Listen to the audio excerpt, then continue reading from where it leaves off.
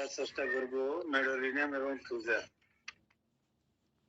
দুইটা মেডিসিন অনেক বড়, আমরা ব্যবহার উপযোগী, আমি যেসব ক্ষেত্রে ব্যবহার করি ওই ব্যবহারগুলো নিয়ে একটু যতটুকু মনে পড়ে চেষ্টা করবো।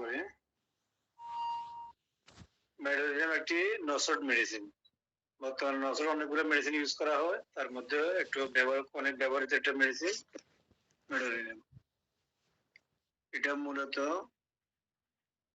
বিশুদ্ধ বা গনোরিয়া যেটা বলি আমরা, গনোরিয়াতে বিশুদ্ধ প্রস্তুত করা হয়। বর্তমানে মেডিসিনটা জার্মানির শোয়েব তৈরি করা নাই ওনার। শোয়েবে মেডোরিনাম, টিবারকুলিনাম, সিবিলিনাম, বেসিলিনাম কোনো মেডিসিন তৈরি করতেছে না, এটা একবেস তৈরি করে। এটা যারা ইউজ করে মাথায় রাখবেন, কোন নসড মেডিসিন এই মুহূর্তে শোয়েবে তৈরি করা বন্ধ করে দিয়েছে ওরা। কথা শোনা যায় না স্যার?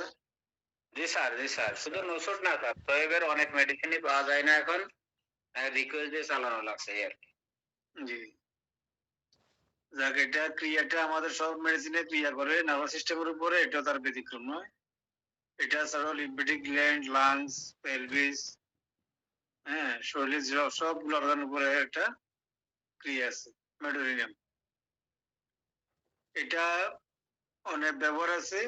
আমি যেটা করি যে অপচিকিৎসা দ্বারা, যে কোনো অপচিকিৎসা দ্বারা সিফিলিস, গনোরিয়া, চাপা রোগ করি, যে কোনো রোগ আসলে, যে কোনো রোগ এখানে ব্যবহার করা যাবে।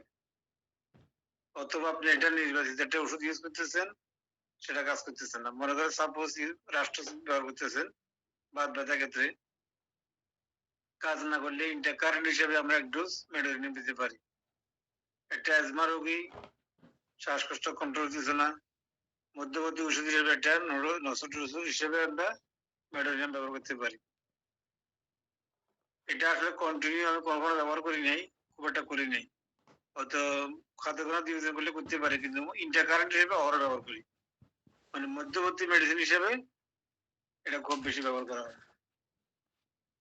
যদি মেডোরিনামের আমরা লক্ষণগুলো চিন্তা করি তাহলে দেখা যাবে সে দুর্বল। মেডোরিনামগুলো কি, সে নার্ভাস দুর্বল থাকে, দুর্বলের কারণে তার স্মৃতিশক্তি দুর্বল আসে, দুর্বল হয়ে যায়। এর কারণে সে কথা বলতে ভুলে যায়, বা এই কি বলবে কি বলতেছে, অনেক সময় পরিচিত লোকের নামও ভুলে যায়, নিজের নামও ভুলে যায়, যারা পরিচিত লোকের নাম, জায়গার নাম, এগুলো যায় ভুলে যায়। ভুলে যাওয়ার কারণটা হলো কি, তার স্নায়বিক দুর্বলতা। এর দুর্বলতার কারণে নিজের নাম, আত্মীয়জনের নাম, জায়গার নাম এগুলা ভুলে যেতে পারে। একটা বুড়ো লক্ষণ আছে, কি কথা বলতে বলতে ভুলে যায়, কথা বলতে বলতে ভুলে যায়। আর এটা কারণটা হলো সে দুর্বল থেকে কথা বলতে ভুলে যায়। আর একটা হলো এই রোগীগুলা নিজেকে ব্যস্ত রাখে, কারণে অকারণে কান্না করে,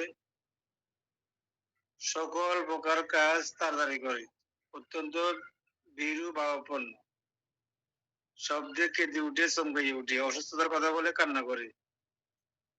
আসলে কি, যখন সাইকোসিস পেশেন্টটা, সোরা সিভিলিস সাইকোসিস, সাইকোসিসে কিন্তু সোরার সব লক্ষণ পাওয়া যায়, সিভিলিসের লক্ষণ মোটামুটি পাওয়া যায়, সোরা সিভিলিস মিলে সাইকোসিস হইলো। এখন এখানে কত হলো, যেমন এখানে একটা কথা আছে যে নিজেকে ব্যস্ত রাখে, এটা সালফারের খুব ভালো একটা লক্ষণ।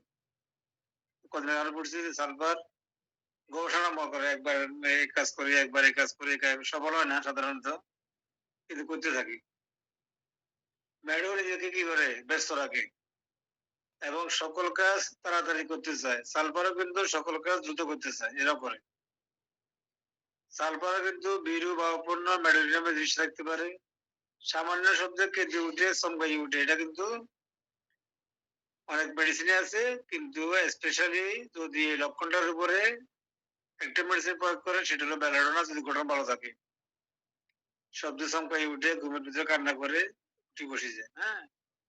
যদি রোগীর হৃষ্টপুষ্ট থাকে, সেখানে বেলাডোনা খুব ভালো কাজ করে।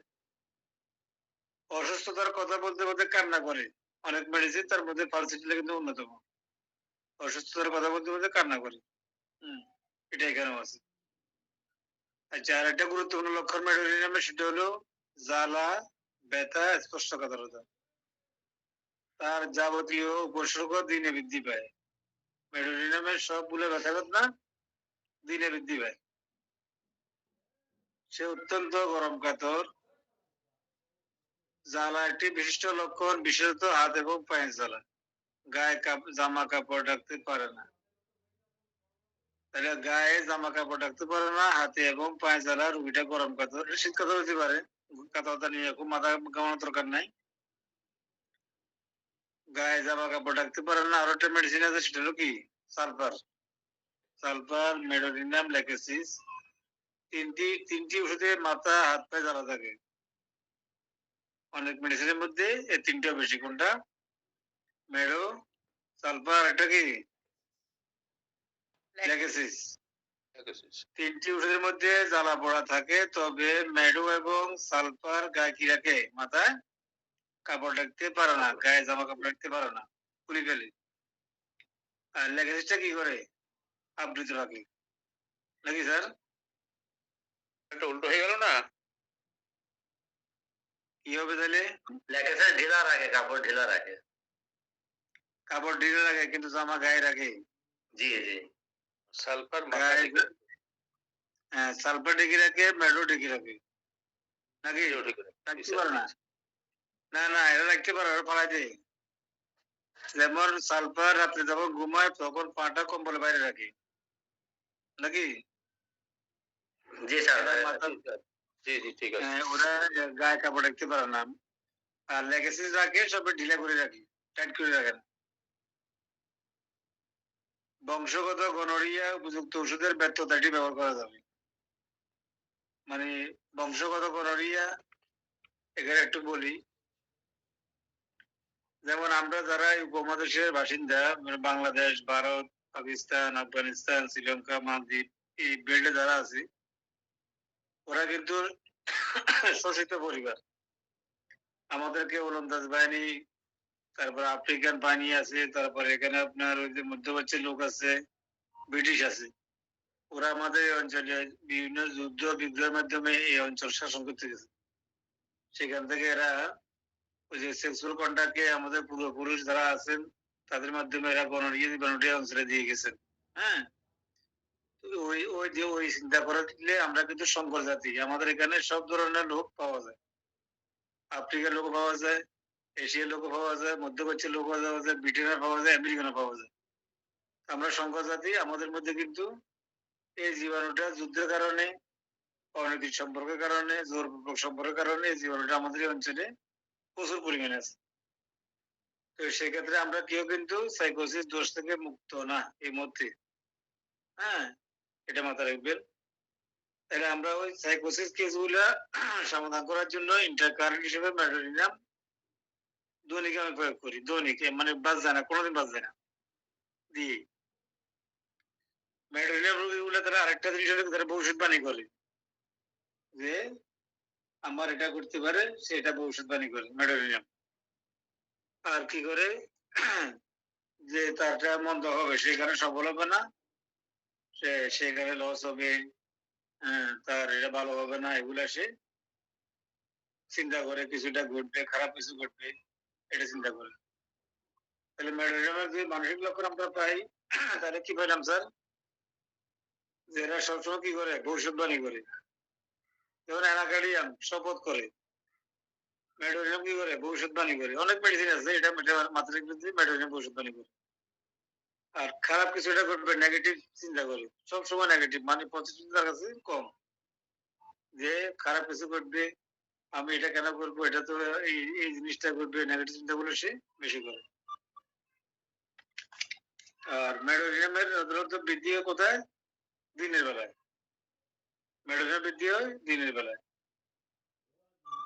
সূর্য উদয় হতে সূর্য অস্ত যাওয়া পর্যন্ত এদের বৃদ্ধি হয়। গরম করে বৃদ্ধি হয়, বদ্ধ করে থাকলে বৃদ্ধি হয়। উপসংহার রাত্রে সাধারণত তার কলা বাতাসে ঘুরলে, সমুদ্রে ঘুরে উঠলে একটু উপশম বোধ করে। এখন মেডোরিনাম, এখানে একটা লক্ষণ থেকে মেডোরিনাম প্রয়োগ করতে পারবেন।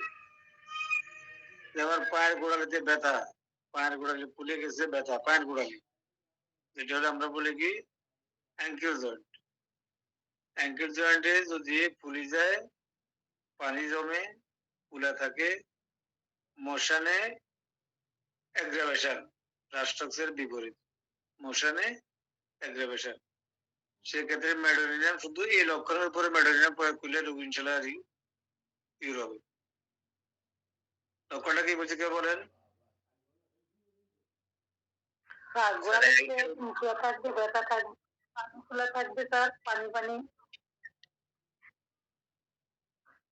মোশনে হাঁটাহাঁটি করলে অ্যাগ্রাভেশন। এখানে আরো দুটো স্যার, আর কি বিষয় হলো অ্যাঙ্কেল ব্যথার কারণে সে তো পা মাটিতে ফেলতে পারে না, অনেক সময় হামাগুড়ি দিয়ে হাঁটে স্যার, এরকম।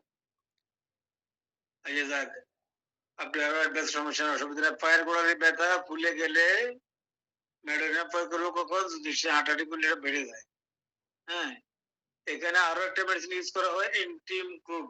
এটাও আমি অনেক সময় ইউজ করি, এন্টিম ক্রুড। পায়ের গোড়ালিতে বা হিলে পেন হলে এন্টিম ক্রুড খুব ভালো একটা মেডিসিন কাজ করে। এটার বিপরীতে আরেকটা মেডিসিন আছে, খুব চমৎকার, ব্যবহার করি আমরা নি জয়েন্টে। এটা কে বলেন?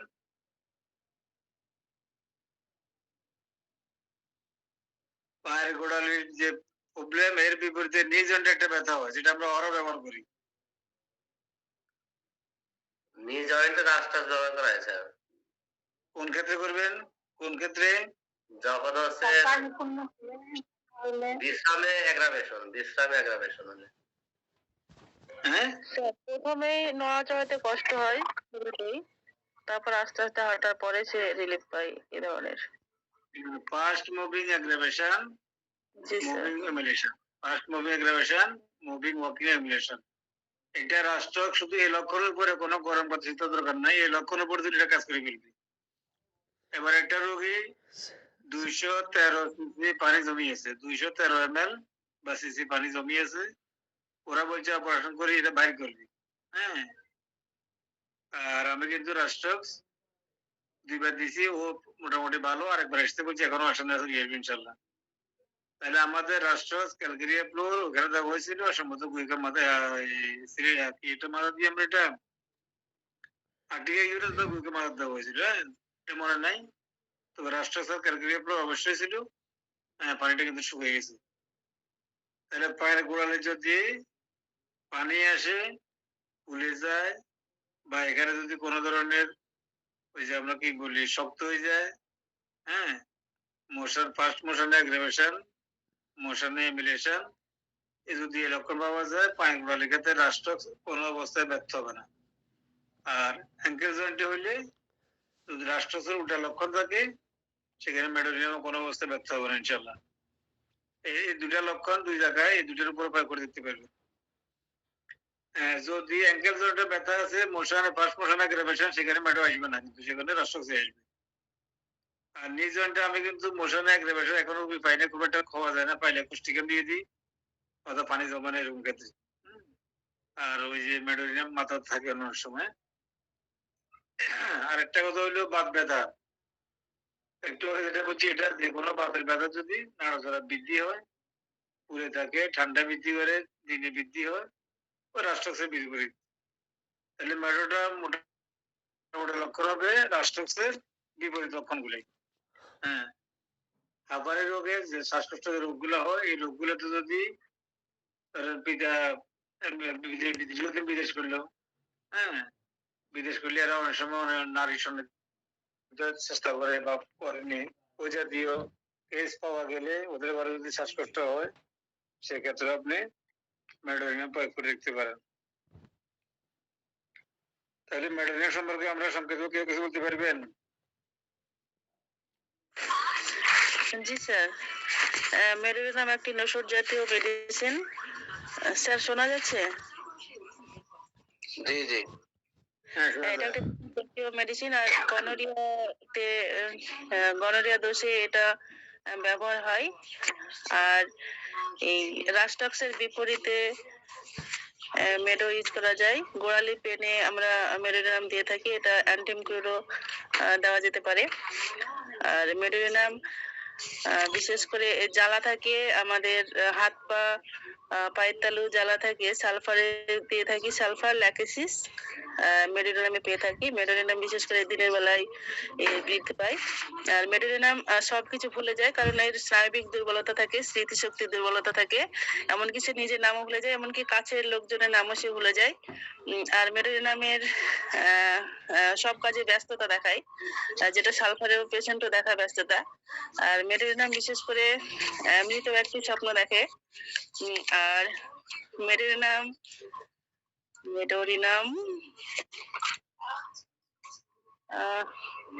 এই তো স্যার বলে গেলাম। আর ভালো বলছেন, অসুবিধা নাই। ভবিষ্যৎবাণী করে, ভবিষ্যৎবাণী মেন্টাল ভবিষ্যৎবাণী করে, আর সবগুলো নেগেটিভ চিন্তা করে। ভয়, তার কাছে সবকিছু ভয় লাগে। ভয়টা হলো মন্দের ভয়, নেগেটিভ ভয়। যেমন আমরা অনেক সময় একটা লোককে দেখলে পজিটিভ চিন্তা করি, কিন্তু মেডো চিন্তা করে কি নেগেটিভ, যে সে মধ্যে কেন এসছে, ওই টাকা দেওয়া সেবে, না হলে সে কোনো একটা আমার কাছে মানে খারাপ কিছু একটা পরামর্শ দিবে। ওই লোক দেখার সাথে সাথে সে একটা খারাপ ধারণা তার মনের ভিতরে হয়। ভয়টা, ভয় বা মন্দের ভয়টা মানে মন্দের ভয় লেখা আছে আর কি, এটা মাথায় রাখবেন। আর হইলো মোটামুটি সালফারের বিপরীত, সরি ওই যে রাষ্ট্রক্সের বিপরীত। আস্তে আস্তে বিপরীত দিয়েছেন। হ্যাঁ, রাষ্ট্রক্সের বিপরীত। হ্যাঁ, আমি বলবো স্যার মেডোরিনা আপনি অনুমতি দিলে এক কথায় বলেন বলেন। মার্কসাল গরম কাতর হলে মেডোরিনাম। Thank you sir. হ্যাঁ, ঠিক আছে, অসুবিধা নেই। তাহলে আমরা বলছিলেন জ্বালা, স্পর্শকাতরতা, ব্যথা, এই তিনটা যদি একসাথে থাকে তাহলে মেডো দেওয়া যাবে বলছেন। এখানে তিনটা মেডিসিন বেশি ইউজ করে, অনেক মেডিসিন আছে তিনটা মেডিসিন, সেটা হলো আমরা সালফার, মেডো, ল্যাকেসিস। তাহলে সালফার এবং মেডো হলো তারা আবৃত করে রাখে না, খোলা রাখে, খোলা। ল্যাকেসিস আবৃত করে রাখে, তবে লুজ করে রাখে। এটা মনে রাখলে অনেক ওষুধ সিলেকশন হয়ে যায়। হ্যাঁ, পালসেটিলেও জ্বালা পোড়া আছে, অনেক মেডিসিন জ্বালা পোড়া আছে। আসলে যতটুকু সিমিলার করা যায় আসলে ততটুকু নেওয়া যায়। আপনি 100% কখন নিতে পারবেন না, 70% নেন, 50% নেন, 60% নেন, এনাফ, অসুবিধা নেই। 100% কখনো মিলবে না। একটা মেডিসিন আপনার সাথে আমার কখনো মিলবে না, খুব কম সময় মিলবে। হ্যাঁ, অসুবিধার কিছু নেই। তাহলে মেডো আরেকটা লক্ষণ মাথায় রাখতে হবে যে মেডোরিনামের শিশু, যারা শিশু রোগ, তারা কিন্তু বামন টাইপের হয়। হ্যাঁ, ব্যারাটাকার যেরকম আছে খর্বাকৃতি বা রোগা টাইপের, আর মানসিকভাবে নির্বোধ বা দুর্বল, এটা হয়। অনেকে আবার বলে যে তার বাচ্চার মেধা শক্তি নেই, সে খুব দুর্বল। এদেরকে আমি মাঝে মাঝে এটা খেতে দিই, মেডিসিন খেতে দিই। আর মেধা শক্তির দুর্বল এবং লম্বা হওয়ার জন্য অনেকে মেডিসিন খুঁজে, প্রায় চেম্বারে খুঁজে, যার ছেলেটা একটু মোটা, একটু লম্বা হোক বা একটা আর একটু স্বাস্থ্যবান হোক, এগুলো বলে সবার চেম্বারে পাবেন। এখানে আমাদের এসবিআর কোম্পানি একটা ওষুধ বানাইছে, রাইট হাইট প্যাটার্ন মেডিসিন, এটা আমরা বিক্রি করি। ওটার মধ্যে লেখা আছে কি প্রিভেন্ট ডায়রিয়া এন্ড ওয়ার্মস, মানে কৃমি এবং পাতলা পায়খানা প্রিভেন্ট করে। কিন্তু তারা মার্কেটিং করছে কোথায়, যে এটা খেলে লম্বা হয়। এখানে কোনো কারণ বুঝে কেউ কিছু বুঝতে পেরেছেন যে কি কারণে বলতেছে এটা? স্যার বুঝতে পারে নাই। মানে একটা ওষুধ মার্কেটিং করে, নাম হলো রাইট হাইট। হ্যাঁ, এসবিআর কোম্পানি সম্ভবত, আরো অনেক কোম্পানির আছে, গ্রো একটা আছে, মানে গ্রো একটা আছে ডেক্সনের, এটা লম্বা হওয়ার ওষুধ। ওরা বলে যে এটা খেলে লম্বা হবে। আসলে কি এটা কৃমি এবং পাতলা পায়খানা প্রতিরোধ করে।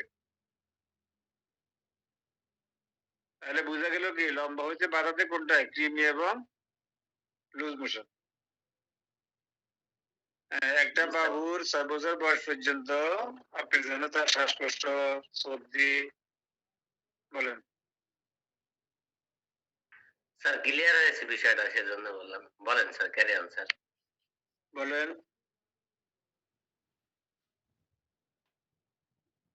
স্যার রাইট হাইট ওই মেডিসিনটা সম্পর্কে ক্লিয়ার হয়েছি, এবার আপনি আপনার বক্তব্য দেন স্যার। এখানে আসলে মূলত লম্বা হওয়ার জন্য কোনো মেডিসিন আমাদের এই অঞ্চলে নাই।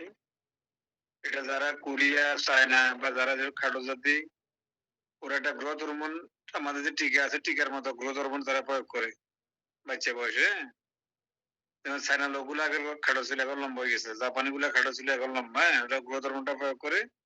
এটা ব্যয়বহুল, আমাদের এখানে এটা আসে নাই। তো আমি এখানে 6টা খাওয়ার সবসময় সাজেশন করি, সেটা হলো কি দুধ, ডিম, কলা, কচু, মধু, বাদাম। যদি বাবুর বয়স 1 বছর হয়ে যায় সেক্ষেত্রে চিনি না দিয়ে মধু অ্যাড করবেন। 2 বছর হইলে মায়ের দুধের বিকল্প পরবর্তী গরুর দুধ ইউজ করতে পারবেন। এই 6টা খাওয়া বলি জন্ম থেকে ওই 2 বছর বয়স বাদে মৃত্যু পর্যন্ত খেতে পারবে সবাই। এটা খুব, এই 6টার মধ্যে সুপার ফুড, আমি মনে করি সুপার ফুড এখানে এটার ভিতরে। কিন্তু যাদের ডায়াবেটিস হবে তারা 4টা খাওয়া বাদ দিতে হবে। ডায়াবেটিস হলে শরীরে ইঞ্জিন নষ্ট হয়ে যায়, ডায়াবেটিস 4টা খাবার বাদ দিতে হবে, সেখানে 2টা খাবার খেতে পারবে, সেটা হলো কি বাদাম এবং ডিম। বাকি সে দুধও খেতে পারবে না, কচুও খেতে পারবে না, তারপরে দুধ, ডিম, কলা খেতে পারবে না। কলা খেতে পারবে না, ঠিক আছে, মধুও খেতে পারবে না। তাহলে 6টা খাদ্য কিন্তু লম্বা হওয়ার জন্য গুরুত্বপূর্ণ একটা মেডিসিন। সেক্ষেত্রে যদি বাবা বিদেশ থাকে বা যদি কোনো গনোরিয়া দোষ পাওয়া যায় সেক্ষেত্রে কিন্তু আমরা মেডোরিনাম, ইন্টাকারেন্ট ব্যবহার করতে পারি, ব্যারিটাকার ব্যবহার করতে পারি, ক্যালকেরিয়া ফস এগুলো ব্যবহার করতে পারি। তবে ডায়েটটা হলো এখানে কি আসল। মেডিসিন যেগুলো বলতেছে এগুলা হয় প্রতিবন্ধকতা দূর করবে, ডায়েটটা কিন্তু আপনার আসল ডায়েট করে দিতে হবে, যেটা আমি সাধারণত করি। মেডোরিনামের আরেকটা রোগী বলবো এরপরে, এবার আমরা থুজে চলে যাই। থুজো কিন্তু অ্যান্টিসাইকোটিক মেডিসিন, মিনামের মতোই। এটা একটা থুজা গাছ থেকে যখন ফুল আসে তখন এর থেকে থুজা গাছের ফুল আসলে তার পাতা হইতে এটা প্রস্তুত করা। অ্যান্টিসাইকোটিক লেখা আছে, আবার অ্যান্টিসিপিরেটিক ওষুধ। হ্যাঁ, দুইটা মাঝে কাজ করে। এটা মূল ক্রিয়া হলো জননেন্দ্রিয়, মূত্রযন্ত্র, মলদ্বার এবং চর্মের উপরে ক্রিয়া করে ওই স্থানে প্রদাহ জন্মায়। উপযোগিতা, আমরা সাধারণত টিকার কুপন থেকে রক্ষা করার জন্য ইয়া ব্যবহার করি। এই রোগী মোটা দাঁতুস, তাহলে তুষার রোগীটার মোটামুটি কি মোটা, আর মেডোনিয়াম রোগীটা কি হইলো হ্যাংলা পাতলা, ব্যারাইটাকার, ক্যালকেরিয়া ফস টাইপের, বামন টাইপের। হ্যাঁ, দুইটা অ্যান্টিসাইকোটিক মেডিসিন, কিন্তু দুইটা রোগী দেখলে পছন্দ করে বুঝবেন যেভাবে কি একটা মোটা একটা হ্যাংলা পাতলা। আরেকটা সিমটম ব্যবহার করি, সেটা হলো তুজা সাইকোসিস ওষুধ দেওয়ার ক্ষেত্রে আরো সংক্ষেপ চিন্তা করলে যে আরো সংক্ষেপ কি মেডো দিবেন না তুজা দিবেন, সেক্ষেত্রে তুজা হবে কি শরীরে আঁচড়ি বা টিউমার দেখা দিতে পারে, মেডো সাধারণত দেখা দেয় না। এটার উপরে কিন্তু 2টা মেকানিজম ইন্টারকারেন্ট হিসেবে আপনি ব্যবহার করতে পারবেন। তাহলে চর্মের উপরে বা মলদ্বারে আঁচড়ের মতো গ্যাস বা গুটিয়ে মানে যেটা আমরা ইংরেজি বলি কন্ডাইলোমাটা, এটা অনেক পাওয়া যায়, আপনারা পাবেন। এটা প্রায় রোগী পাওয়া যায়, তবে সব রোগী ভালো হয় না, মাঝে মাঝে ভাগ্যক্রমে কিছু রোগী ভালো হয়ে যায়। তুষার আরেকটা লক্ষণ আছে, ভালো লক্ষণ, যে দাঁতের গোড়ার দিকে ক্ষত হয়ে যায়, আগার দিকে ভালো থাকে। আর অ্যাস্টিভ সেক্রে কি হয়, দাঁতের কি হয় কালো হয়ে যায়, দাঁত ভঙ্গ হয়ে যায়। হ্যাঁ, তুষারটা হইলো কি গোড়ার দিক ক্ষত হয়, আগার দিক ভালো থাকে। এখানে আরেকটা খেয়াল রাখবেন যে যারা ডায়াবেটিসে আক্রান্ত তাদের দাঁত কিন্তু ফাঁক হয়ে যায়, দাঁতের গোড়া কি হয় ফাঁক হয়। হ্যাঁ, আর তুষারটা কিন্তু গোড়ার দিকে ক্ষত হয়, ডায়াবেটিসের গোড়ার দিকে ক্ষত হয়, ফাঁক হয়, আর আগার দিকটা ভালো থাকে। এটা তুষারের লক্ষণ। যেমন ডায়াবেটিস হলে সে ডায়াবেটিস কন্ট্রোল না থাকে, তারও কিন্তু লক্ষণটা আসবে। ওইখানে তুষার তার আরেকটা পার্থক্য করার মতো লক্ষণ আছে, কোনো কথা বলিবার সময় হঠাৎ থামিয়ে যায়, কথা বলতে বলতে হঠাৎ থামিয়ে যায় আর শেষ করে না। আবার আরেকটা বিষয় কথা বলা আরম্ভ করে, একটা কথা বলতেছে সামনে গেল, এটা কমপ্লিট না করে আরেকটা কথা চলে যায়। এইরূপ অসমাপ্ত বিষয় হইতে অন্য বিষয় অবতারণা করে। আর মেডিকেল কি করে, সে স্নায়বিক দুর্বলতার কারণে কথা বলতে ভুলে যায়, নাম ভুলে যায়, ঠিকানা ভুলে যায়, নিজের নামটা ভুলে যায়। ওটা হলো দুর্বলের কারণে। আর এটা হলো কি, তার অভ্যাসগত কারণে সে কথা বলতে থামিয়ে যায়, একটা কথা শেষ না করে আরেকটা কথার মধ্যে অবতারণা করে নতুন কথা শুরু করে।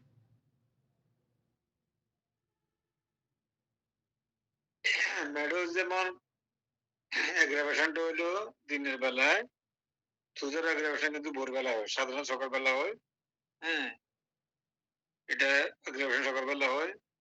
এটা আমরা আসির অর্বুদ এগুলোতে ব্যবহার করতে পারি। ঠান্ডা বৃদ্ধি, বর্ষা বৃদ্ধি, রাত 3টা বৃদ্ধি। তাহলে রাত 2টা বৃদ্ধি আমরা কি বুঝি আগে, ক্যালিব্যাক্ট্রাম। রাত 3টা বৃদ্ধি থুজা, রাত 4টা বৃদ্ধি কোন মেডিসিন? কেলিকার। রাত 4টা বৃদ্ধি কোন মেডিসিন? কমন কেলিকার। মেডিসিন বলেন, কেলিকার। Good good good. অনেক মেডিসিন আছে, এই 3টা আবার বলি। 2টা বৃদ্ধি কোনটা? ক্যালিব্যাক্ট্রাম। 3টা বৃদ্ধি থুজা, 4টা বৃদ্ধি কেলিকার। মোটামুটি এতটুকু মনে রাখলেও ভালো হবে। টিকা ও বসন্তের কুফল, আর একটা হলো বীর্যমূল ধারণা। তুজার রোগীরা কি যে ধারণা করছে এটা ঘটবে, হ্যাঁ, এটা তার আছে। আর সে এরম কেরম করে যে তার ধারণা হচ্ছে তার পেটে বাচ্চা আছে, তার পাশে পাশে কেউ শুয়ে আছে, নানা প্রকার দেব দেবী তার উপরে সর করে আছে, সে কাছের তৈরি, এগুলা তার মধ্যে থাকে। শুধু বীর্যমূল ধারণা, স্বপ্ন ভুল নির্দেশ। স্বপ্নের মধ্যে কি দেখে? মারামারি, পার্টি দেখে, সাপ দেখে, আকাশে ফ্লাই করতেছে, ঘুরতেছে, আকাশ থেকে পড়ে যেতেছে, এগুলো সে দেখে। এই কয়েকটা লক্ষণের উপরে কিন্তু আমরা তুজা প্রয়োগ করতে পারি। তাহলে আমরা আর একটু যদি আবার চিন্তা করি যে তুজার বৃদ্ধিটা হলো রাতে 3টায় ভোরবেলায়, মেডোর বৃদ্ধিটা হলো দিনের বেলা। তুজার রোগীগুলো হবে মোটাসোটা, মেডোটা রোগীটা হবে ক্যালকেরিয়া পোস্ট বা ব্যারিটা কাপের মতো। ঠিক আছে? তুজা কথা বলার সময় তুজা কথা বলতে বলতে কথা সমাপ্ত রেখে অন্য কথা চলে যায়, নতুন কথা অবতারণা করে। মেডোরিনা মানে দুর্বলের কারণে, ওই যে সে খর্বাকৃতি দুর্বল রোগীর কারণে কথা না নিজের নামও ভুলে যায়, কি বলতেছে এটা ভুলে যায়। ক্লিয়ার? আর মেডোরিনা ভবিষ্যৎবাণী করে, নেগেটিভ চিন্তা করে। তুজা কি চিন্তা করে যে তার পেটে বাচ্চা আছে, ধারণা আছে, বিদ্যমান ধারণা তার পেটে বাচ্চা আছে, তার উপরে দিনের শোয়ার আছে, সে ভূতের সাথে কথা বলে, সে কাছের তৈরি। এটা কিন্তু এই যে কথাগুলো এখন বলতেছি এগুলো কিন্তু আরো রোগী পাবে, তার পেটে বাচ্চা আছে গ্যাসের কারণে।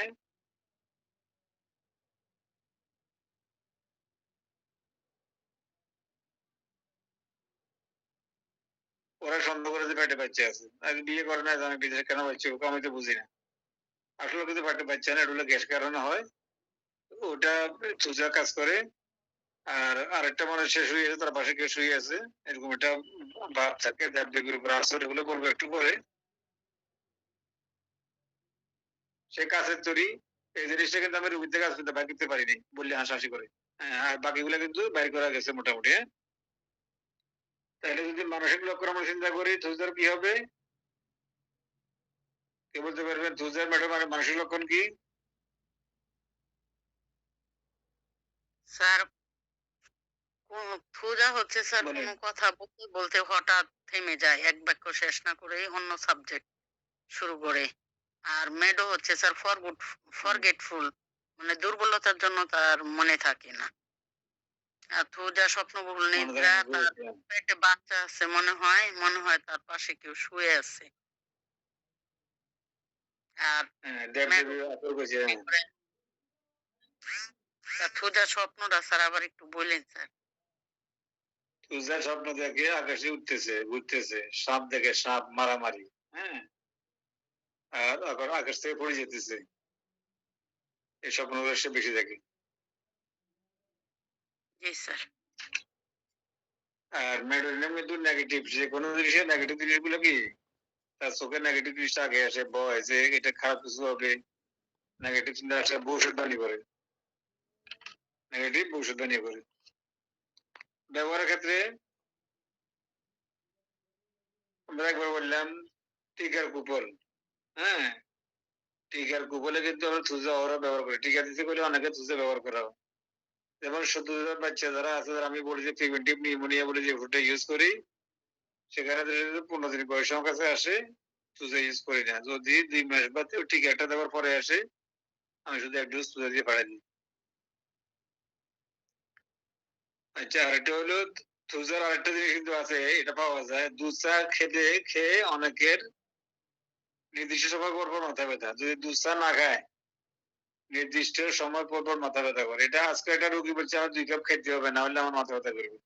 ওদের কিন্তু আমি এটা প্রয়োগ করি, থুজার মেডিসিনটা। আজকে এটা পাওয়া গেছে, সে মাইগ্রেন রোগী, কিন্তু চা না খেলে তার মাথা ব্যথা করে। আর একটা হলো যে বাচ্চারা হাঁটতে বিলম্ব করলে আমি 2টা মেডিসিন খুব বেশি ব্যবহার করি, খুব বেশি না, 190 জনকে দিই। সেটা হলো কি, কেউ বলতে পারবেন? বেশ কয়েকবার বলা হয়েছে। স্যার আরেকদিন বলছিলেন সাইলিশিয়া আর হলো বাচ্চাদের হাঁটতে বিলম্ব হলো, কয়েকবার বলছি। গুড, আরেকটা বলেন। আরেকটা বলেন। নেকটার মিউর বলেন কেন? ভালো মেডিসিন না পাইলে আমার মতে হইলে শুধু সাইলেশিয়ান একটা মিউর দিবেন, সাথে মেডেলিন তুজা সালফা তুজার মনসাইডটা দিয়ে শুরু করে দিবেন। 3-4 মাস খাওয়াবেন, তার পরিবর্তন অবশ্যই বসে আসবে। তার কথা বলা দেরি হলে স্লো কথা বললেও আসবে, হাঁটতে বিলম্ব হলেও আসে যাবে। সেক্ষেত্রে আমি যেন সাইলেশিয়াতে পটিসি দেওয়া হয়, ওই বায়োকেমিকের একটা মিউর, অথবা যদি বায়োকেমিক সাইলেশিয়া দিই, পটাসিয়াম একটা মিউর দিয়ে দিই। ইন্টারকারেন্ট হিসেবে ওই যে আপনার ওই যে সালফার হোক বা আমাদের মেডোলিনাম হোক, তুজক, একটা ডোজ প্রয়োগ করি। ঠিক আছে?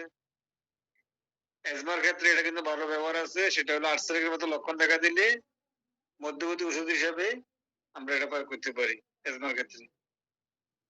আর বাচ্চা জন্মের পরে চোখের পানি সমস্যা, চোখের যে কোনো সমস্যার জন্য এটা ভালো একটা ব্যবহার আছে। সেটা যদি টিকার পরে হয় আরো ভালো, আর টিকার আগে হলে অনেক সময় দেওয়া যায়। টিকার আগে হলে সাধারণত ইউপ্রেশিয়া শুরু করি, ইউপ্রেশিয়া বেলেগুলো দিই। আর যদি টিকা দেওয়ার পরে চোখের সমস্যা দেখা দেয়, সেক্ষেত্রে তুষার প্রয়োগ করতে হবে। আবার বলি তুষারও কিন্তু মোটা সোটা, বেলাডোনারও কিন্তু মোটা সোটা। এগুলো আসলে কিছু সিমটম যে আপনি এগুলো ওষুধ মানে সাইড করে দিতে হবে যে এটা কাকে দিব, তুষা কাকে দিব, বেলাডোনা কাকে দিব। একটা কেস আগে শেয়ার করলাম, আজকে বার করতেছি। ফেনী ডাক্তার পাড়া তার বসবাস, মেয়ে একটা ডাক্তার, ওই মহিলা ডিগ্রি পাস, আর ছেলে একটা ইঞ্জিনিয়ার। ফ্যামিলি শিক্ষিত। ওই মহিলাটা, ও নিজে ডিগ্রি পাস। ও প্রতি মঙ্গলবার নির্দিষ্টটা সময় রাত্রেবেলায় সে তার রুমে যায় নামাজ, আগরবাতি, তারপরে ওই যে বিভিন্ন কি মানে প্রসাধনে যেগুলা স্ট্যান্ড করে, এগুলা রুমে জ্বালায় যায় নামাজ একটা দিয়ে বসে রাখে, নিজে একটা চেয়ারে বসে আর একটা চেয়ার দিয়ে রাখে। তার কাছে কি আসবে, একটা পড়িয়ে আসি। সে তারা আগামী 1 সপ্তাহ কি করবে এটা বলে, তারা মানে পরামর্শ করে যায়, দুজনে মিলে তারা বলে যে আগামী 1 সপ্তাহ কি করবে। ওই যে মেডোলিনা কি করে, ভবিষ্যৎবাণী করে। এটা কথা একটু বলছি। মহিলাটা আমার কাছে যখন আসলো, সে মোটাসোটা, কিন্তু মেডাজ রুগী বলছি হ্যাংলা পাতলা, কিন্তু মোটাসোটা। তখন আমার মাথায় এগুলো নাই খুব একটা। আমি তারে কথা বলার পরে বললাম যে এটা আমার তো প্রতি মঙ্গলবারে মানে এবারে কি হুজুর বলে, প্রতি মঙ্গলবারে হুজুর আসি আমি আগামী 1 সপ্তাহ কি ঘটবে এগুলা জানি। এবং তাকে যখন আমি দেখতেছিলাম, তখন কিন্তু আমারও ভিতরে কাঁপানি শুরু হয়েছে যে আসলে ঘটনা কি। এই বলে যে আমার সাথে কথা বলতেছে, সেও জানে, মানে তার ওই হুজুরে জানে, পড়িয়ে এসে। আমি তাকে মেডিসিন শুরু করলাম না, তুষার দিলাম মনে নাই, তবে একটা মেডিসিন দিয়েছি, 2টা মেডিসিন, একটা খাওয়া দিয়েছি, একটা ডোজ। যদি মেডো খাওয়াই থাকি তাহলে তুষার 2-3 দেওয়া হয়েছে সাথে, অথবা যদি তুষা খাওয়াই তাহলে মেডো 2-3 দেওয়া হয়েছে। পিটি মেডিসিন আজকে এভাবে 2-3 মাস গেল। পরে তার গায়ে একটু অ্যালার্জি দেখা দিয়েছে, দেখা দেওয়ার পরে সে আমার চেম্বার আবার যখন এসেছে 3 বা 4 মাস পরে, বললাম যে আপনি হুজুরকে বলবেন আমার জন্য দোয়া করতে, বা আমার নেগেটিভ কিছু দিক উঠে দিচ্ছি দিয়ে বললাম যে ওকে বলবেন আমার জন্য দোয়া করতে। আমি তো মানে কি বলছি জানি না, মানে দোয়া করতে চাইছি, দোয়া চাইছিলাম আর কি। তো বলছি ঠিক আছে দোয়া আমি বলবো হুজুরে আপনাকে দোয়া করবে। 1 মাস পরে আবার আমি তো সাধারণত রোগী 1 মাসে ঘুরে বা 20-22 দিন পরে রোগী ঘুরে সাধারণত 20 দিন বা 25 দিন পরে রোগী আসতে বলি। পরে সে আবার আসলো, আসলে বললো তো কি অবস্থা হুজুর আমাকে দোয়া করছে কিনা। হুজুর তো গত 2 সপ্তাহ আসে নাই। কিছু বুঝতে পারছেন এখন? হ্যালো, জি স্যার, শোনা যাচ্ছে। হুজুর গত 2 সপ্তাহ আসে নাই। তখন কি খাইতেছিলেন উনি রুগী? চুজা খাইতেছিল সম্ভবত। তখন ছিল হজের মৌসুম। আমি বললাম যে আপনার হুজুর আর আসবে না, উনি হজে গেছে, হজ থেকে আসি আপনারা দয়া করবেন না। কেন কেন? আমি দয়া করবে না, উনি হজে গেছে, হজ থেকে আসার পরে দয়া করবে না, উনি তোবা করে ফেলবে, আপনার তোবা করে ফেলেন। কেন বলছেন আপনি? কত আজ আর আসবে না, বলছি আসবে না। এখন তুজা খাওয়া দরকার আমার, কেন? আমার বিদ্যমূল ধারণা যে সে আর আসবে না, খাওয়া দরকার ছিল আমার, ঠিক আছে না? খাওয়াছি কাকে? রুগীকে। রুগীর কিন্তু ওই জিনবুত আর আসে নাই। তার সাথে আমার প্রায় দেখা হয় সকালবেলায়, দেখা হলে হাসে, সালাম একটা দিয়ে হাসে, বয়স আমার থেকে বড়, আবার সমবয়সী হবে, বেশ বড় হবে। হ্যাঁ, দেখা হলে একটু হাসাহাসি করে। তাহলে দেখেন, সে প্রতি মঙ্গলবারে যায় নামাজ নিয়ে রুমে বসে থাকতেন। তার পীরের সাথে কথা বলবে, আগামী 1 সপ্তাহ কি ঘটবে সেটা সে জানিয়ে নিবে বা তারা জানা দিবে। এই 2টা মেডিসিন প্রয়োগ করা হয়েছে, থুজা এবং মেডোরিনিয়াম। আমার এর মধ্যে পটেন্সি মনে নাই। হ্যাঁ, কিডনি রোগীটা 6 কি 7 মাস পরে কমপ্লিট ভালো হয়ে গেছে। আমার চেম্বারে এখন আসে না, আসে দেখো হয়, মাঝে মাঝে দেখো হয়। এরকম আর একটা রোগী এখন চিকিৎসা করতেছি, কদিন আগে একটা গ্রুপে একটা ছবি দিলাম, তার সাক্ষাৎকার দিলাম। প্রথম তার একটা মেয়েকে নিয়ে আমার চেম্বারে এসছে। তো মেয়েটা ভালো হওয়ার পরে তার আরেকটা মেয়েকে নিয়ে এসছে, ও দিন সেও আমার রোগী হয়েছে। রোগীটা কেন? কথা বোঝা যায় স্যার? জি স্যার, হ্যালো, ওই রোগীটা হলো, সে অনেকগুলো কথা বলছে, তার মধ্যে হলো তার সাথে দৈনিক ওই যে যেটা হলো জিন বা ভূত তার সাথে সেক্সুয়াল কন্টাক্টে থাকে, এবং তার গায়ে তখনও ছিল যখন আমার চেম্বারে এসেছি তখনও আসে। আমি বললাম যে আমার কথাগুলো শুনতেছে না, শুনতেছে, বুঝতেছে না, বুঝতেছে। হ্যাঁ, এবং তার সাথে প্রতি প্রায় রাতে মেলামেশা করে, এবং তাকে বলে যে তুমি নামাজ কালামা পড়িও না। ও এই তো মানে তার যে যে তার কাছে আসে সে বিধর্মী, ওই মহিলা বলতেছে। হ্যাঁ, সে বিধর্মী, তো আমার সেক্সুয়াল কন্টাক্ট আপনার অর্গানিজম হয় কিনা, কারণ আমার তো কিছু হয় না, তার হয়, বুঝা যায়? তার অর্গানিজম গুলো হয়, আমার হয় না। তারপর আমার না, আপনি ফিলিংস বুঝেন, ফিলিংস কিছু বুঝি। হ্যাঁ, আপনার হাজবেন্ড কিছু বুঝে, আমার হাজবেন্ড তো পাশে থাকে, ও তো বুঝে না, আমি বুঝি। তার সাথে সেক্সুয়াল কন্টাক্টে প্রায় ঘটে, এবং সে কিছু ফিলিংস বুঝে, এটা মহিলার কথা। হ্যাঁ, আমি যে কথাগুলো বলতেছি, আমি কদিন আগে একটা ভিডিও শেয়ার করলাম এরকম, তার ছবি দেখাই নাই। তার এখানে কি পাইলাম, তুষার লক্ষণটা পাইলাম কি তো? হ্যালো,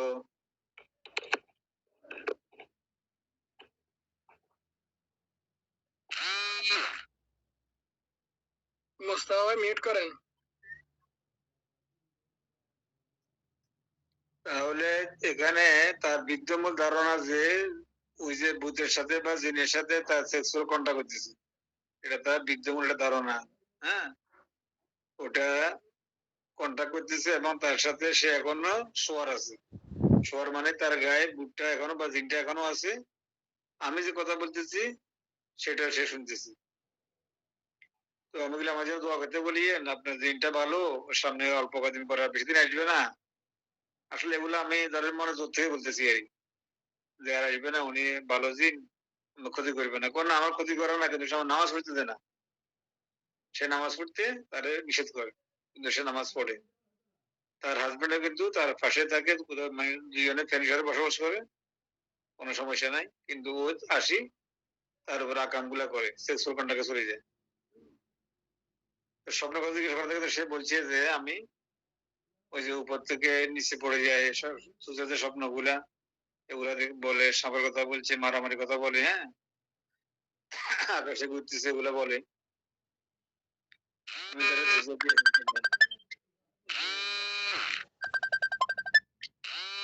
সুজাদের রূপে মোটা হৃষ্টপুষ্ট হবে, ওটা তো ছিল না, হ্যাঁ, ওটা ছিল না, কিন্তু হ্যাংলা পাতলা ছিল, মিডিয়াম টাইপের বডি ছিল। যাক, দেখার বিষয়, আশা করি, আমি আশাবাদী যে রোগীর লক্ষণটা চলে যাবে, যে সে জিনবুদের সাথে সেক্সুয়াল কন্টাক্টে থাকে, তারে ডিস্টার্ব করে, তাকে জোর করে তার অনেক কাজগুলা করায়, হ্যাঁ, এটা আশা করি আমি যদি রোগীটা ভালো হয় আপনাদেরকে জানাবার চেষ্টা করবো ইনশাল্লাহ। হ্যাঁ, তাকে তুজা দেওয়া শুরু করা হয়েছিল। তাহলে আমরা তুজা অনেকগুলা ব্যবহার হয়, একটা ক্ষেত্রে ব্যবহার করতে পারি। যে মরিটা যেটা বলছে তাকে পরিয়ে প্রতি মঙ্গলবারে আসে, সে ভালো। আর এটা এখন চলতেছে। আর কন্ডাইলোমাটার কথা বলছিলাম, কন্ডাইলোমাটা, হ্যাঁ, এটা হলো এই এরিয়া বা তারপরে কি বলে এটা স্কোটামে, হ্যাঁ, কতগুলো আছিল, ম্যাক্সিমাম ক্ষেত্রে যায় না, মাঝে মাঝে চলে যায়। একটা রোগী এরকম, সে ফেরাতে বড় হয়েছে, বড় হওয়ার পরে সে থাকতো কর্মসংস্থানের কারণে থাকতো আপনার সবারে। তো সবার থেকে সে কি কারণে আমার চেম্বার আবার চলে গেছে, সবার থেকে এসছে, আজকে সাহেব দেখো আমার চিকিৎসা করেন। তো আমি তো এটা অনেক ডাক্তার দেখাইছি, এটা যায় না। হ্যাঁ, ওই 7 জনের বলছে 7 টাকা কাটি ফেলে দিব, আর রুমের তো কয়টা দেখাইছি। তো আমি ওই জায়গায় দূর থেকে আমার ছোট না, 2 বছরের ছোট, কেন আসছে দূর থেকে, না আসছি আপনারা চিনি, ভালো লাগে, ফ্যানে দেখি যাবো, এই জন্য আসছে। তো আমি তুজা সিএম 3টা ডোজ দিয়ে পাঠান দিছি, 2 মাস পরে যোগাযোগ করতে, 2 মাস পরে ছবি পাঠাইছে, চলে গেছে। দেখ ছেলেটা কিন্তু পরে আরো 5-6 মাস পরে মারা গেছে, স্ট্রোক করে মারা গেছে। তো তুজা কিন্তু এই ধরনের আসলের উপরে, হ্যাঁ, অনেকগুলো ভালো কাজ করে, তবে সব আসল যাবে এটা কোনো গ্যারান্টি দিতে পারবেন না। তাইলে আপাতত আমাদের পড়া এখানে শেষ। সংক্ষিপ্তভাবে বলেন যে থুজা এবং মেডোরিনাম আমরা কোন ক্ষেত্রে রোগী থেকে বিশেষ মানে রোগী দেখে কিভাবে বলবো যে থুজা মেডিসিন ইয়া মেডো মেডিসিন, মেডো রোগী বলতে পারবেন কেউ? স্যার থুজা হলো স্যার মোটা সোটা থাকবে, মেডো চিকন থাকবে, বাসীনতা থাকবে। আর হলো স্যার থুজার হলো আঁচিল থাকবে, মেডোর আঁচিল থাকবে না। গুড, হ্যাঁ, মেডো ভবিষ্যৎবাণী করে। আর স্যার থুজার হলো নেগেটিভ চিন্তা, নেগেটিভ চিন্তা করে, জি স্যার, হ্যাঁ, অ্যান্টিসিপেশন থাকে আর কি, না স্যার? হ্যাঁ, হ্যাঁ, জি, অ্যান্টিসিপেশন থাকে, মানে ভয় থাকে কি হবে। হ্যাঁ, হ্যাঁ, বলতে কি, হ্যাঁ। আর আর স্যার, থুজা, জি স্যার, আর থুজা স্যার মেডো দিনে বৃদ্ধি, থুজার সকালে বৃদ্ধি, ঠান্ডায় বৃদ্ধি, বর্ষায় বৃদ্ধি, আর থুজার রাত 3টায় বৃদ্ধি। মানসিক লক্ষণ কি, মানসিক লক্ষণ থুজার কি? মানসিক লক্ষণ হচ্ছে স্যার কথা বলে, কথা বলতে বলতে থেমে যায়, বাক্য শেষ না হতেই সে সাবজেক্ট চেঞ্জ করে। আর মেডো স্যার ফরগেটফুলনেস থাকে, তার মনে থাকে না, নিজের নাম মনে থাকে না, জায়গার নাম মনে থাকে না। আর এটা তার দুর্বলতার জন্য হয় স্যার। আর থুজা টিকা সমস্যা, চা খাইলে সমস্যা দেখা দেয়, মেডো ভবিষ্যৎবাণী করে। আর তো স্যার আপনি মেডোর বা থুজার মিলিয়ে 2টা কেস বলছেন। থুজা বা কি বিদ্যমান ধারণা আছে, সে ধারণা করে তার পেটে কি আছে, বাচ্চা বাচ্চা আছে, আছে। এটা আপনি রুগী পাবেন, এগুলো রুগী অভাব আছে, পাওয়া যায়। হ্যাঁ, তা সে ঘুমাইতেছে, তার পাশে কেউ শুয়ে আছে, ওই যে মহিলাটা বললো তার সাথে শ্বশুরটাকে যায়, শুয়ে আছে। এক প্রকার দেব দেবী তার উপর শোয়ার করে, ওই মহিলাটা কথাটা, এক প্রকার দেব দেবী তার উপরে কি করে, শোয়ার করে। আবার সে কাছের তৈরি, এটাও সব মেডিসিনে লেখা আছে, কিন্তু আমি একটা রুগী পর্যন্ত এই লক্ষণটা খুঁজে পাই নাই। ওই দুষ্টামি করে বললে ওরা হাসাহাসি করে। তবে পেটে বাবু আছে, শুয়ে আছে, দেব-দেবী শোয়ার এগুলো পাওয়া যায়। হ্যাঁ, ২ টা অ্যান্টিসাইকোটিক মেডিসিন, ২ টার ক্ষেত্রে রোগী দেখে ওষুধ নির্বাচন করতে হবে। কথা না বলিও। যদি ধরেন সাইকোটিক একটা পেশেন্ট আসছে, গায়ে অ্যাসিড আছে, আপনি মেডোনিয়াম এক ডোজ দিতে পারেন। টিউমার আছে, ১ ডোজ দিয়ে দেখতে পারেন। বাল্কি ইউটেরাস দিয়ে দেখতে পারেন, সমস্যা নেই। রোগী হাংলা পাতলা, খারাপ চিন্তা করে, ভবিষ্যৎবাণী করে যদি বাইরে দিতে পারেন, তাহলে আপনি মেডোনিয়াম দিতে পারবেন, সমস্যা নেই। স্যার ঠিক আমি আছে? এই একটু পর্যন্ত বলেন। স্যার আমার কাছে একটা রুগী আসছিল স্যার, মহিলার ১২-১৩ বছর যাবৎ বাচ্চা হয় না। পরে উনার হলো স্যার আছে, চারপাশে কন্ডাইলোমেটা আছে। আমি উনাকে বললাম যে আপনার ইনশাআল্লাহ বাচ্চা হবে, চিকিৎসা নিতে আসছে। পরে স্যার আমি থুজা দিয়েছিলাম। পরে ১৫-২০ দিন পরে এসে বলতেছে আমার তো এগুলা যাচ্ছে না। আমি বলছি আপনার এগুলা যেতে সময় লাগবে। তারপর ১.৫-২ মাস পরে আসছে, এদিক দিয়ে যাচ্ছে আর কি আমার চেম্বারের সামনে দিয়ে। পরে বলতেছে উনার বাচ্চা কনসিভ করছে। আলহামদুলিল্লাহ, গুড। এখন ঘটনা হচ্ছে উনি ফাঁকে আবার ওই যে ১৫-২০ দিন অপেক্ষা করছে, বেশি দিন অপেক্ষা করে নাই। উনি আবার অনলাইন থেকে কিসের হালুয়া-টালুয়া আইনা খাইলো। এখন আমাকে বলতেছে ম্যাডাম আমি তো ওই ওষুধগুলা খাই এখন আমার বাচ্চা কনসিভ করছে। এখন আমি ওনাকে কিভাবে বুঝাবো যে আমার ওষুধ বা হোমিওপ্যাথি ওষুধ খেয়ে ওনার বাচ্চা কনসিভ করছে? এগুলা আসলে তো কিছু করার নাই, রোগীর সাথে তাল মিলে কথা বলতে হবে, নাহলে রোগী খারাপ মনে করে। ঠিক আছে না? আপনি আপনার মনে বুঝ পাবেন, ওর বুঝ পাবে, সমস্যা নেই। আর ওর আঁচল গুলা যদি চলে যায় তাহলে পজিটিভ বলবেন যে আপনার ওষুধ খানা আঁচল চলে গেছে, এটা হইতে পারে।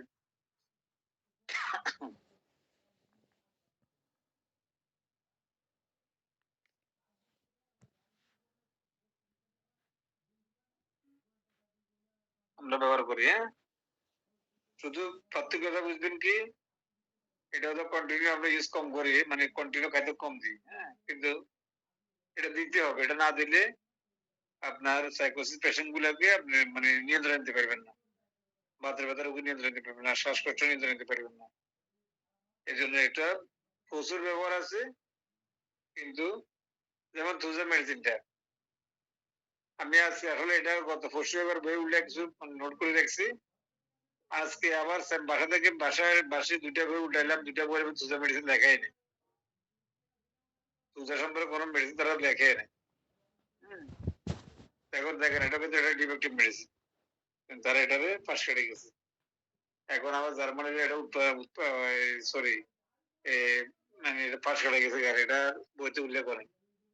তার মধ্যে একটা আমাদের মসজিদ সাহেব লিখছে, বাংলা হচ্ছে হোমিওপ্যাথিক চিকিৎসা ম্যাটেরিকা, ডাক্তার এস.এম. গুনাবান্তে।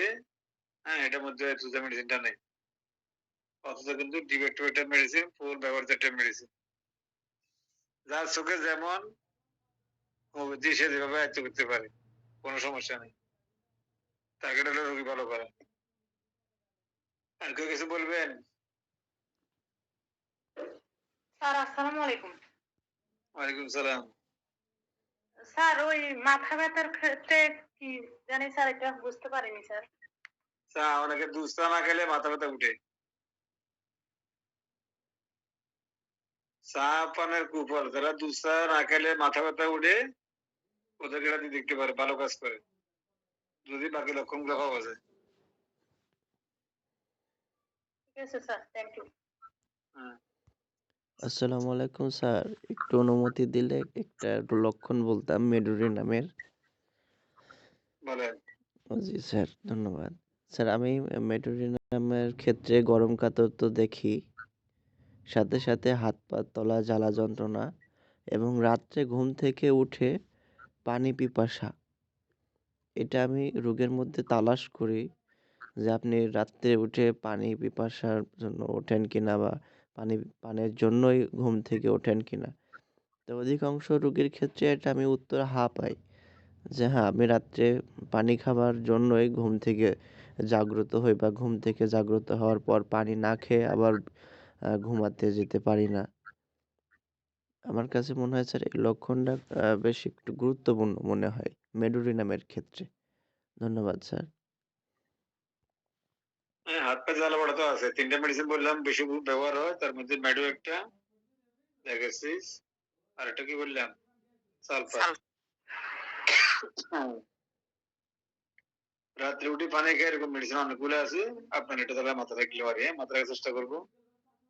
রাত্রে উঠে পানি খেয়ে জ্বালা পড়ার কারণে, যেমন সালফার কি করে পানির মধ্যে ঠান্ডা পানির মধ্যে পা ভিজে রাখে, হ্যাঁ, আবার তার পাটা কম্বলে বাইরে রাখে, মাথাটাও কি করে খোলামেলা রাখে। এগুলা স্টেকিং সিমটম, ভালো সিমটম মাথায় রাখতে হবে যতটুকু সম্ভব। এটা ওষুধের কাছাকাছি গেলে তার যতটুকু ক্ষমতা আছে ততটুকু সে কাজ করে ফেলবে ইনশাল্লাহ। স্যার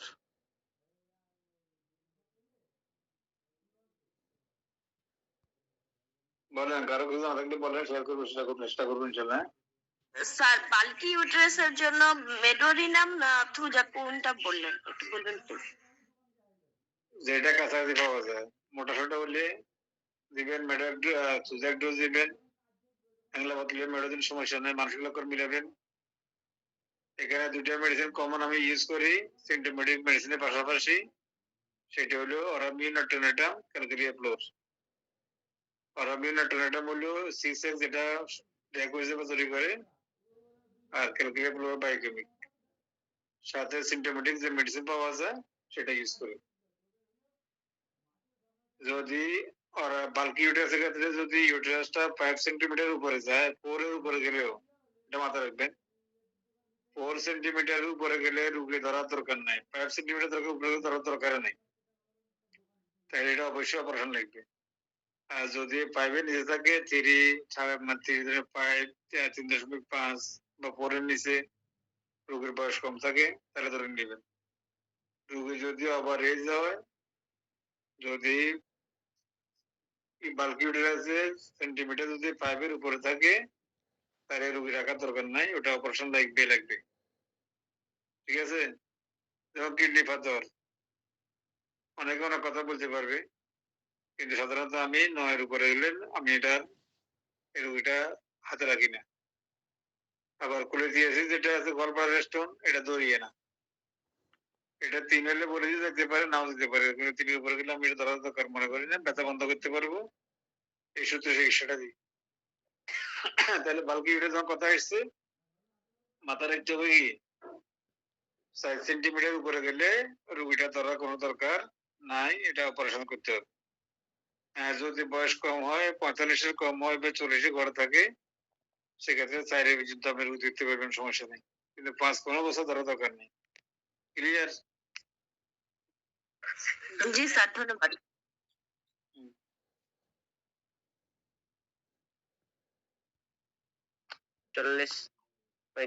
45-50 দিন হলো আপনার, আপনি এর আগে আমার একটা ওষুধ বলে দিয়েছিলেন সালফার খেতে, খাওয়ার পরে আমার শ্বাসকষ্টটা শীতের সময় কম হয়ে যাবে, খাওয়ার পর থেকে আর হয়নি, ভালোই আছি, তবে অন্যান্য সমস্যা গেলেন, সমস্যা বাড়ছে। কি সমস্যা বাড়ছে?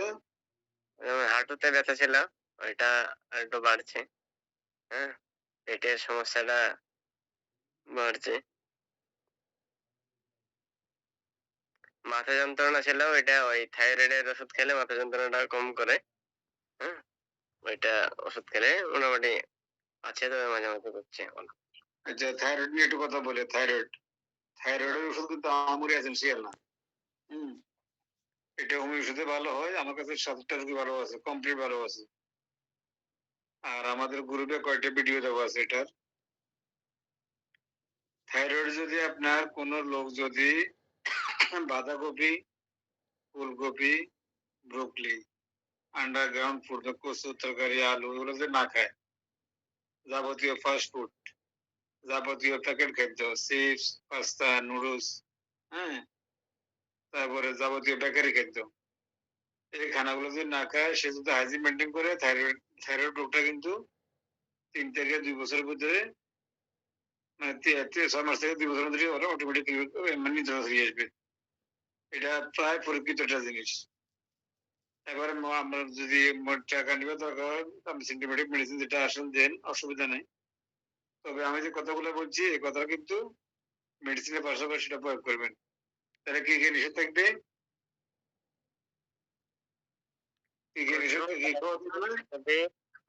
ফুলকপি, বাঁধাকপি, ব্রোকলি, যাবতীয় প্যাকেট খাদ্য, পাস্তা, নুডলস, চিপস, হ্যাঁ, যাবতীয় বেকারি খাদ্য, যাবতীয় ফাস্ট ফুড, এই খাবারগুলা যদি বাদ দেন, টেস্টিং সল্ট, বিট লবণ যেগুলো আমরা খাই ওই ফুচকার মধ্যে, ডাল পুরি বেলপুরি ভিতরে, এগুলো হলো থাইরয়েড রোগীর জন্য মারাত্মক বিষ। হ্যাঁ, যেমন আমরা এখন ওই যে এটা ইংরেজি বলি গেছে যে মধ্যে গোপুটে দাড়ি উড়ি, হ্যাঁ, এটার নামটা তো বুড়িরামের মধ্যে ইংলিশের শব্দ আছে। এই রোগীগুলো কিন্তু আমাদের 3-4 জন আছে এখন, এই 2 বছর 1.5 বছর সাথে চিকিৎসা করতেছি, ফলাফল হালকা উন্নতি হয়। তো ওদেরকে বললাম যে আপনাকে এগুলো খাইতেন কিনা, পানি ওই যে ডাল পুরি বেলপুরি এগুলো খাইতেন কিনা, ফুচকা খাইতেন কিনা, করে তো আমরা অরও খাইছি। তো যারা এই জিনিসটা অরও খায় তাদের কিন্তু কেসটা দেখা দেয়। ফেনী কলেজে জুলজিতে পড়ে সে মেয়েটা এখন মাস্টার্স করতেছে, তার 15-20টা দাঁড়িয়ে আছে। আর একটা মেয়ে ফেনী কলেজে বিয়ে পড়ছে কুমিল্লাতে, তার গোপুড়ি গেছে অনেকগুলো পুরুষের মতো, সে সেভ করতে হয়। ওরা সবাই স্বীকার করছে যে তারা স্কুলে আসে এগুলা খাইতো, ডাল পুরি বেলপুরি এগুলা খাইতো। ফেনী গার্ল হাই স্কুলের ফার্স্ট গার্ল যেটা আর 2-1 বছর আগে, তো তার মা আমার কাছে তারে নিয়ে আসছে, সে হ্যাংলা পাতলা খাওয়া দাওয়া খাইতে পারে না, অরুচি।